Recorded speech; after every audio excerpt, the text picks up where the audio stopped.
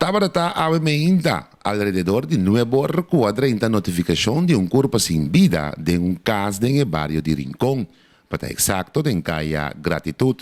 Na llegada de patrulla en el sitio, en verdad, policía han abinto para que el cuerpo sin vida y mesora a tomar contacto con central de policía para dirigir el departamento forénsico y también doctor de policía para el sitio, de manera que pueda comenzar con la investigación y también constatar muerto.